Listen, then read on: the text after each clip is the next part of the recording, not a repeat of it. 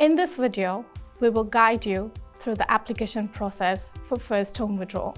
How do you know if you're eligible? Before you start your application process, make sure you meet the eligibility criteria, and there are a few important things to keep in mind. First, you must have been a KiwiSaver scheme or complying fund member for at least 3 years. You cannot have owned a home or land in New Zealand or overseas before.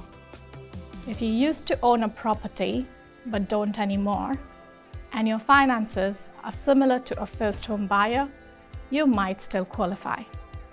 You will need to apply to Kāinga Ora, who will determine and confirm your eligibility. You can find out more on their website. It is important to note that if you have already withdrawn funds from your KiwiSaver to buy a home, you cannot do it again.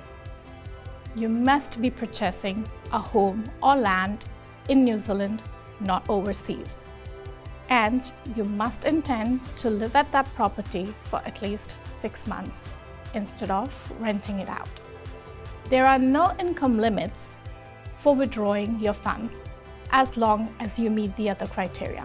If your spouse or partner has never owned a home, you can both withdraw your KiwiSaver funds and combine them. Just remember, you will each need to contact your provider and submit your applications separately. How much can you withdraw? You can apply to withdraw some or most of your savings to help buy a home or land. This includes your contribution, your employer contribution, your government contributions you received, and any investment returns earned.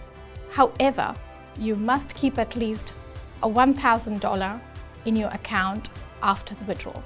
If you have transferred your Australian super to New Zealand, you won't be able to use that amount for the first home purchase.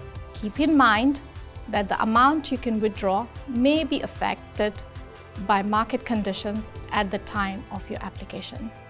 So it is important to make the right investment choices ahead of time. We recommend talking to your professional financial advisor as soon as you start saving for your first home. How to apply for a first home withdrawal? You will need to send your provider a number of supporting documents along with your completed first home withdrawal application form. These documents include a copy of your sales and purchase agreement, a solicitor certificate, and solicitor's bank account details. You will find all the instructions on what documents are needed in the withdrawal form.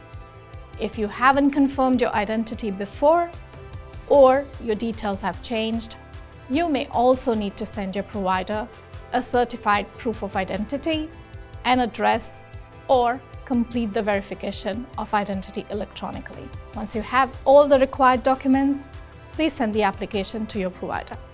What happens next? Withdrawing KiwiSaver funds takes time, so it's important to plan ahead.